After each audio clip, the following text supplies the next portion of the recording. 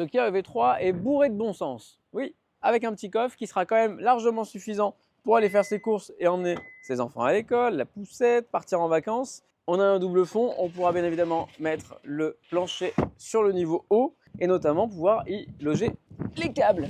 Oui, mais les câbles, on pourra également les mettre à l'avant dans le frunk qui vous offre 25 litres, en plus de ses 460 litres de chargement. Voici les 25 petits litres qui vous permettront, là encore, de poser le câble de chargement et pas grand chose d'autre, hein. Ça, c'est pas très pratique, vous le voyez, pas de tirette sur les côtés pour rabattre les sièges, donc il faudra venir mettre la main ici et pousser. Par contre, bon point, on a un plancher qui est quasiment plat une fois que les sièges sont rabattus et ça vous permettra d'avoir plus de 1000 litres de chargement.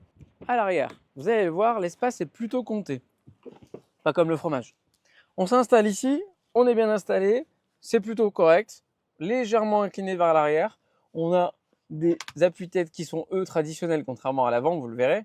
Par contre, on a des sièges ici qui sont vachement creusés, donc c'est parfait pour avoir un espace aux jambes.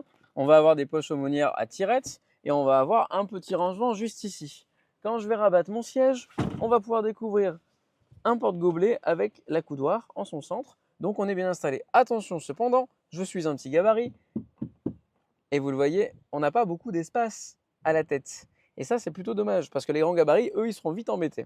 Dans les commodités à l'arrière, on retrouvera quand même, au dos des sièges avant, des prises USB-C qui sont positionnées ici. C'est parfait parce que ça évite de traîner par terre. On a en partie des matériaux recyclés un petit peu partout. Et on a même un petit tissu au dos du siège. Donc, c'est correctement exécuté. Mais on se sent un peu engoncé à cet endroit-là.